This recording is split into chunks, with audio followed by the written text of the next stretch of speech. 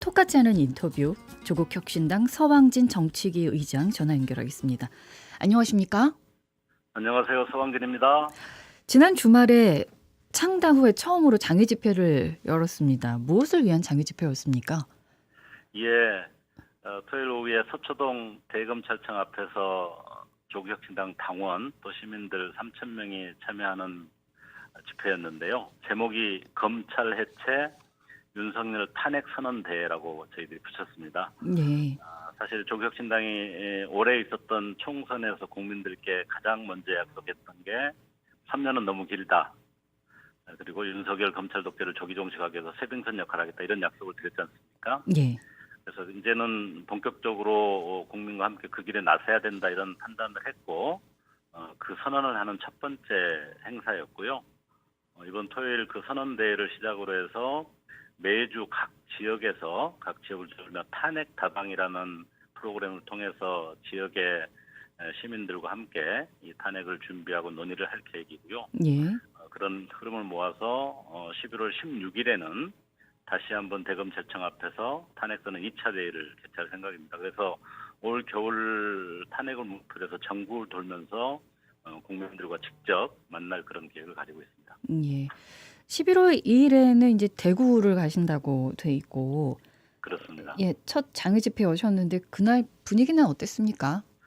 저희들이 사실은 그 재보궐선거 끝나고 굉장히 좀 급하게 일정을 마련해서 네. 우리 당원과 시민들이 얼마나 참여할지 상당히 걱정을 했는데 생각보다 꽤 많은 분들이 오셔서 이미 국민들이 이 탄핵과 검찰 해체 이 문제에 대해서 굉장히 목말라 있고 움직일 준비가 돼 있으시구나 하는 걸 느낄 정도로 굉장히 많은 분들이 참여하셨고 상당히 열기가 높았습니다.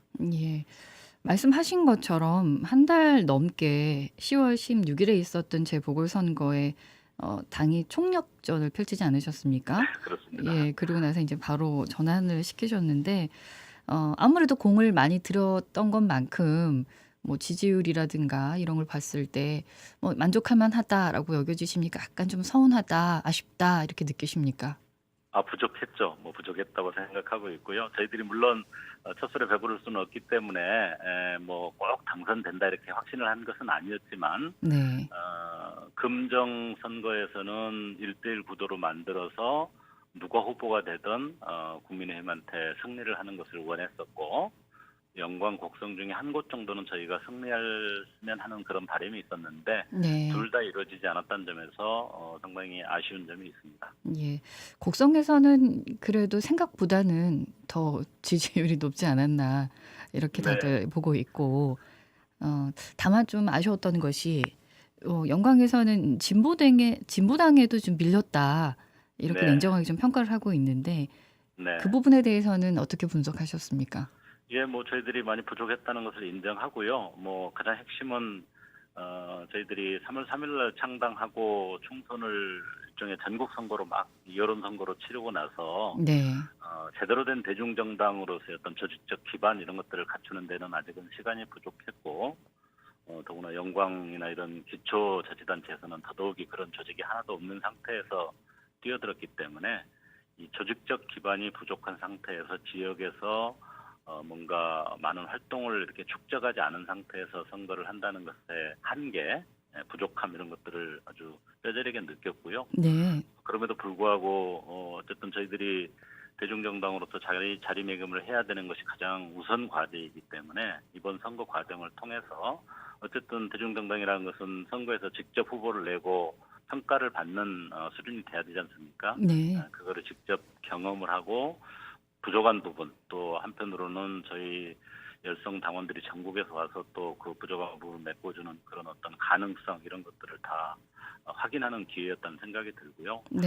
특히 이제 다음 지방선거나 또는 뭐 대선 총선까지 이어질 때 조국혁신당이라고 하는 어떤 조직적 뭐 또 인지도 이런 것의 한계를 가지고 있는 특별한 정당이 어떻게 거기에 대응하고 어떻게 전략을 세워야 되느냐 하는 부분에 있어서 이번 부산 금정의 단일화라든지 또는 호남에서 어떤 혁신 경쟁을 직접 민주당하고 경쟁을 했다는 것 이런 것들은 저희들한테는 부족한 것은 부족한 대로 또 가능성은 가능성대로 상당히 많은 어떤 교훈을 주는 것 같습니다. 예.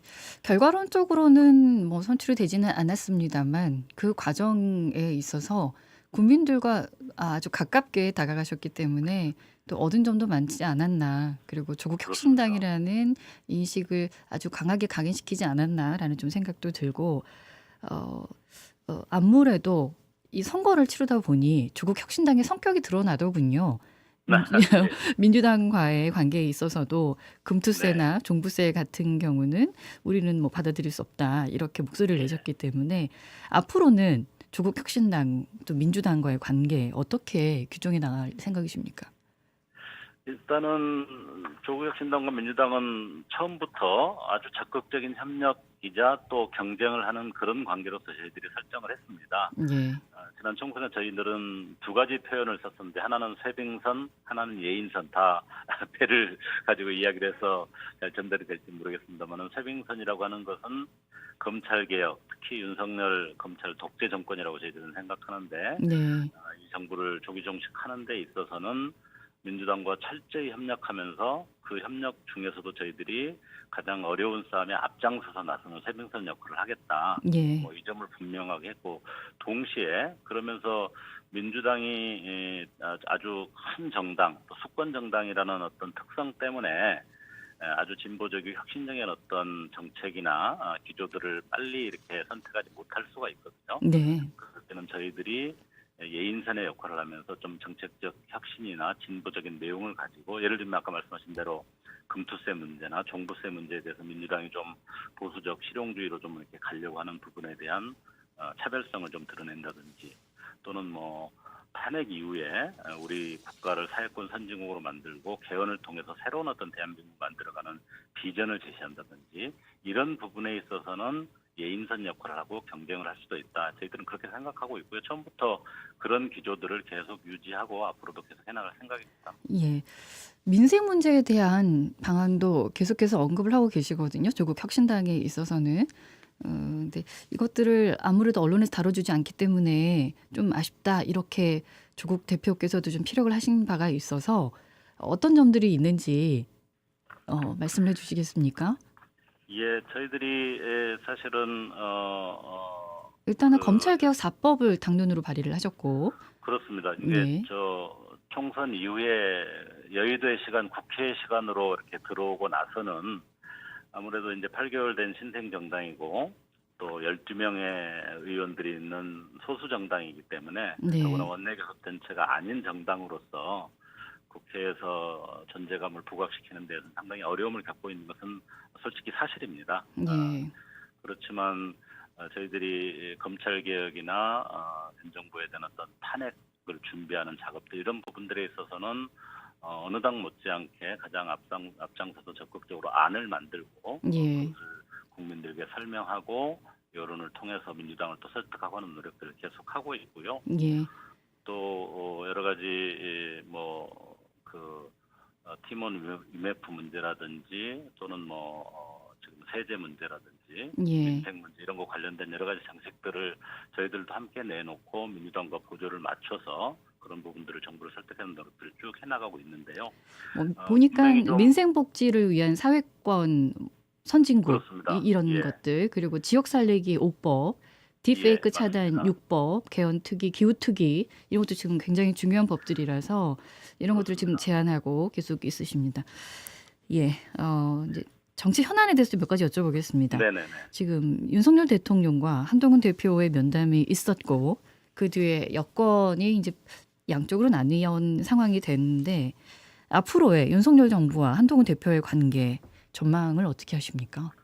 뭐 최근 상황을 보면은 지난 21일 용산 회동 이후에 한동훈 대표가 뭔가 좀 결단을 한 것처럼 이렇게 뭐 모양을 만들고는 있고 예, 구체적으로 김건희 여사 리스크 대응 방안을 놓고 용산과 대립하는 모습 또는 그 당내에서 친윤계하고 친한계가 갈등이 격화되는 그런 양상이지 않습니까? 예, 그런데 그동안 쭉 보면은 한 대표는 뭐 최상병 특검법 문제라든지 김건희 씨 대응 문제 관련해서 뭔가 할 말할 것처럼 큰소리치다가 윤 대통령 만나면 항상 기세에 눌려서 좀 끄집으지 않은 용두삼이었기 때문에 예, 뭔가 이번에도 그런 것을 넘어설 수 있을지 하는 부분에 대해서 국민들이 좀 기대감이 높지는 않은 것 같습니다. 그렇지만 한동훈 대표가 정치인으로서 어떻게 보면 이번이 마지막 기회라는 생각이 들고 윤석열 정부의 어떤 그간의 관계를 좀 넘어서서 윤석열 대통령이나 김건희 씨, 뭐 소위 과거의 형과 형수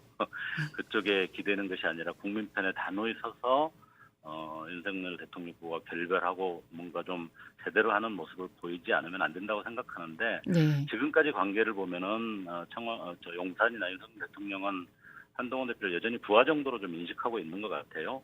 그 부분에 대해서 여전히 수용 가능성이 높지 않다고 보기 때문에 네. 새로운 어떤 변화의 가능성이 저는 높지 않다고 생각합니다. 예. 일단은 이제 야당의 이재명 대표와의 회담을 앞두고 있는데 그때 이제 어떤 안들이 나와야 된다, 그리고 해결해야 된다라고 보십니까? 예, 이재명 대표께서 많은 준비를 이미 하실 거라고 생각이 듭니다만은 그래도 그동안 우리가 논의해온 과정을 생각해 보면은 일단은 민생 과제하고 그다음에 꼭 빠지지 않아야 될 부분은 최혜병 특검, 그다음에 김건희 여사 특검, 검찰 개혁 방안 이런 부분들은 빼놓지 않아야 된다 생각이 들고요. 거기에 더해서 민생 과제에 대해서는 상호 간에 좀 합의가 좀 있어 보입니다. 오늘 민주당과 국민의힘이 민생 공통 공약 추진 협의회 이런 것도 출범했지 않습니까? 예. 그런 점에서 민생 과제 부분은 대체로 함께 좀 논의할 수 있는 가능성들이 좀 높아 보이는데 국민들 입장에서는 그것과 함께 최혜병 특검 문제나 또 검찰 개혁 문제 이런 의제들을 놓치지 않고 꼭 함께 논의해야 된다 이렇게 생각을 합니다. 예. 기대감이 높지는 않지만 하지만 반드시 이루어졌으면 싶다는 이런 이제 희망이 있는 거죠. 기대치가 좀 있어 보입니다. 그렇습니다. 오늘 뉴스타파가 보도를 했습니다. 명태균 게이트에 관련된 이게 여론조사 조작이 사실로 확인됐다는 이제 보도였었는데 네. 물론 이제 수사가 진행이 돼야겠습니다만 혹시 보셨습니까? 이 기사는? 네네네. 예, 누굴 위한 조작이었을까? 뭐 대선 기간에 어떻게 활용이 됐을까? 이런 것들이 상당히 문제점이 있어 보이는데 어떻게 네. 보이십니까? 오늘 조국 대표가 다른 인터뷰였습니다만은 그런 표현을 했습니다.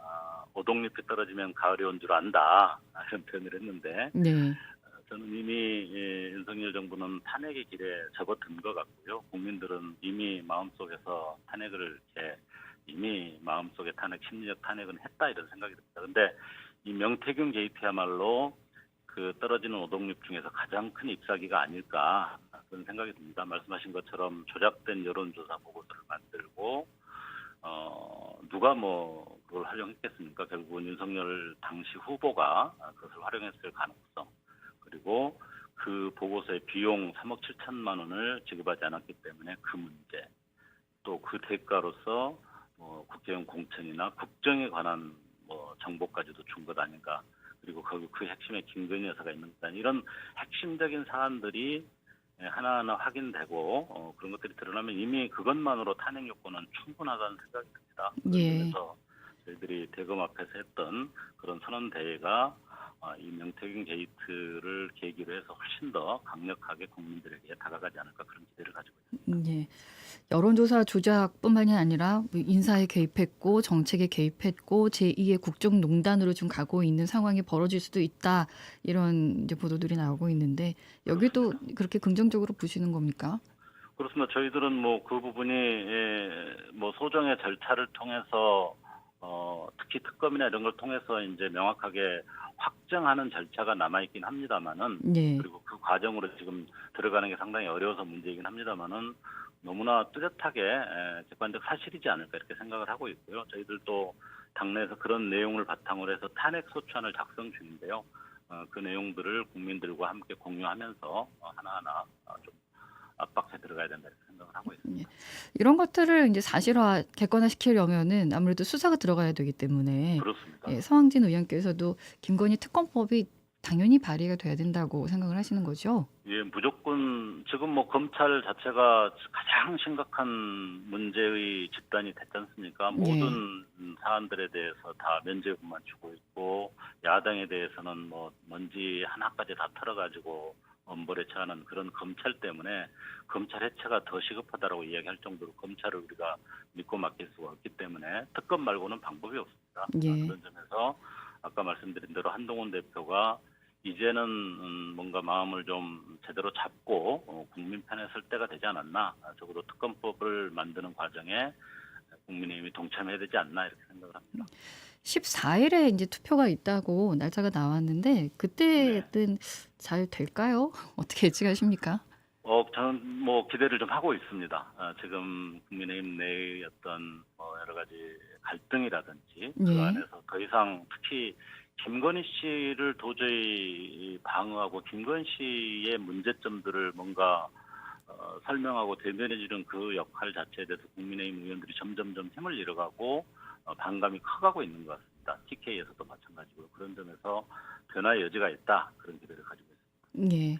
근데 이제 반대로 국민의힘에서는 이재명 대표 선거 날짜는 이제 얼마 남지 않았습니다. 11월 15일에 1심 선고가 예정돼 있어서 김건희 명태균 의혹 이거하고 이재명 대표의 선고하고 만약에 유죄가 나온다면 서로 좀 비슷하게 물타기 할 수 있지 않을까 이런 얘기들도 하고 있는데 의원께서는 어떻게 보고 계십니까? 제가 생각하기에는 용산의 마지막 전략이 그것이 아닌가 싶습니다. 그 두 가지를 묶어서 물타기를 하려는 것이 전략이라고 생각이 드는데 국민들이 그렇게 저는 어리석지 않다고 생각을 하고요. 예. 사법부가 1차적으로 어떤 판단을 내릴지는 지켜봐야 되겠습니다만은 어떤 판단을 하든 국민들께서 그 사안을 그렇게 형식적으로 평면적으로 바라보지 않으실 거다. 저는 그렇게 생각합니다. 예, 별개의 문제다. 네. 25일에 이제 국정감사가 끝이 났습니다. 함께 네. 하셨을 텐데 뭐 이번 국감 총평을 해주신다든지 뭐 어떠셨습니까? 사실은 저는 이제 산자위 소속이어서 예. 산자위는 위원장이 국민의힘 의원입니다. 그래서 네. 위원장을 누가 맡느냐에 따라서 각 상임위의 운영 방식이 상당히 차이가 많이 났는데요. 예. 예를 들면은 민주당이 위원장을 맡고 있는 법사위라든지 과방이라든지 뭐 이런 쪽은 굉장히 치열하게 특히 이 김건희 여사를 둘러싸고 전개되고 있는 국정농단의 문제, 이 문제를 파고들고 상당히 많이 국민들에게 알렸다는 생각이 듭니다. 그런 점에서 이번 국정감사는 뭐 김건희 여사 국정감사가 아닌가 이렇게 총체적으로 바라보고요. 저희 뭐 산자위나 다른 상임위에서는 또 상임위대로 그 상임위가 가지고 있는 민생 현안, 정책 현안들을 또 착실하게 다뤘다는 점에서 그것대로 또 의미가 있다는 생각이 드는데요. 저희 산자 통상자원 중소벤처기업에는 좀 뭐 구체적인 정책이나 민생 현안 중심으로 다뤘던 것이 이번에 특색이었던 것 같습니다. 예. 산업통상자원 중소벤처기업위원회 이게 네, 플레임이 좀 깁니다만 입니다. 이번 국정감사에 여기서 이제 팀원이나 위메프 사태를 두고 목소리를 좀 높이셨죠, 의원님께서는. 사실 팀원 위메프 사태는 참 어마어마한 사건이고 너무나 많은 분들에게 특히 우리 소상공인 자영업자 소상공인들에게 고통을 안기고 있는 그런 사태지 않습니까? 지금 해결이 안 되고 있어서요. 맞습니다. 예. 제가 보기에는 이 팀원 위메프 사태는 사실은 입점 업체들한테 정산해야 될 대금을 TMF에서 사실상 전용을 한 거 아닙니까? 예. 그리고 그렇게 부족한 돈을 뭐 인센티브 강화나 상품권 발행과 같은 굉장히 무리하게 새로운 매출을 막 만들어가지고 그걸 땜질하는 방식을 취했기 때문에 사실상은 폰지 사기 수준의 이 온라인 플랫폼 기업 운영 방식이었다고 보여지거든요. 근데 정부에서는 그거를 시장 자율이라는 뭐 허울대원 방패만 세워놓고 방치해서 만들어진 정부 실패 사례라고 보는데요. 저희 상임위원회에서는 이제 중소벤처기업부가 직접적으로 이것을 관리하는 부서는 아닌데요. 예.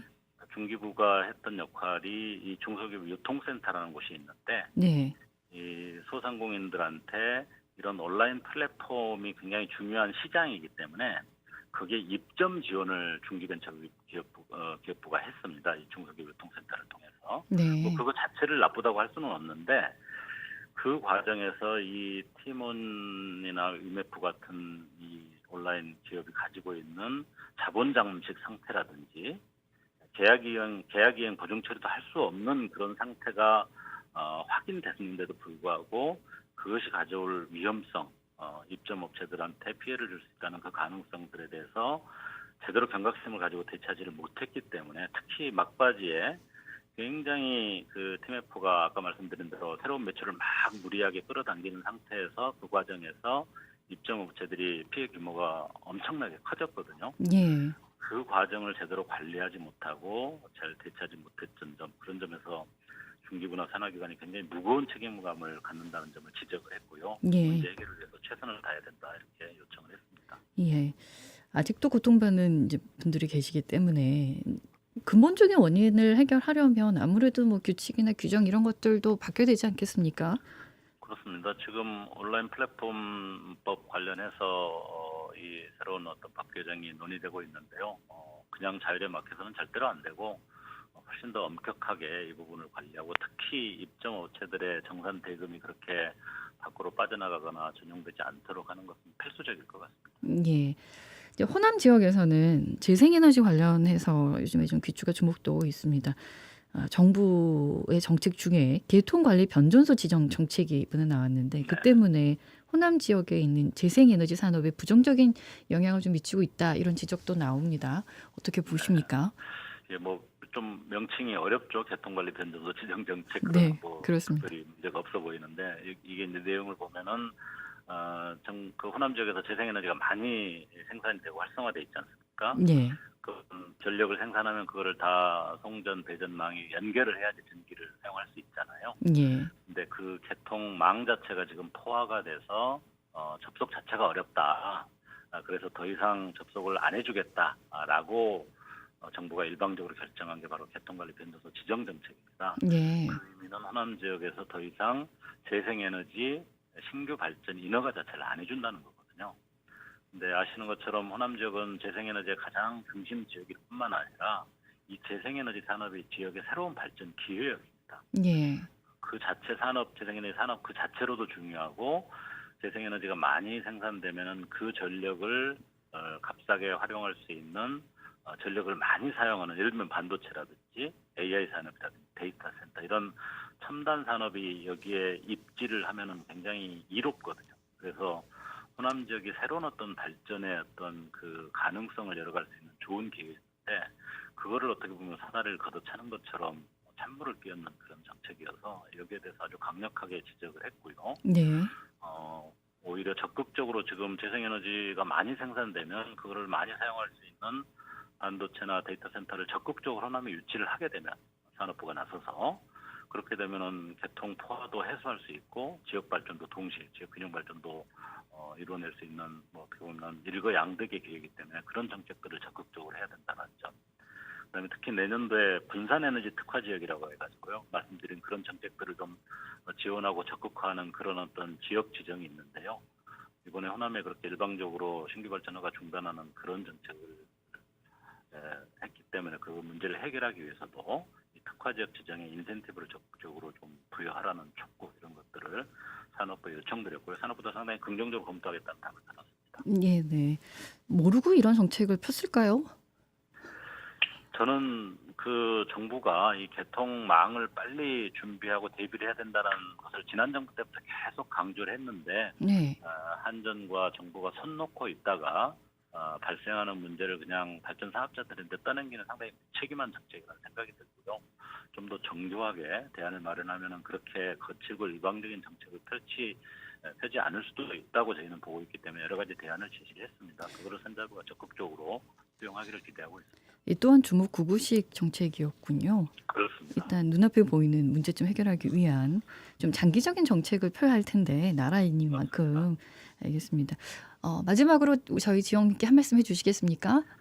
예, 저희 조국혁신당은 광주를 중심으로 한 호남 지역 유권자 여러분의 과분한 사랑 덕분에 당 자체가 탄생했습니다. 그래서 유권자 여러분들이 가장 우선적으로 바라는 것, 유권자의 의지 이런 부분을 저희들이 절대 잊지 않고 항상 제1의 과제로 생각하고 있습니다. 민주당 등 여러 야당과 힘을 합쳐서 검찰 독재 정부를 조기 종식시키는 데 최선을 다하고 가장 앞장서서 할 것이고요. 동시에 지역에서 지역 정치의 혁신을 위해서 건전한 경쟁도 해나갈 생각입니다. 저희들이 아직은 신생정당이고 작기 때문에 부족합니다만은 계속 지켜봐 주시고 성원해 주시기를 부탁드리겠습니다. 예. 지치지 않고 계속 열심히 뛰어주시기를 부탁드리겠습니다. 오늘도 말씀 고맙습니다. 감사합니다. 언제 어디서나 내 손 안의 뉴스. 광주 MBC 뉴스 유튜브 구독으로 함께하세요.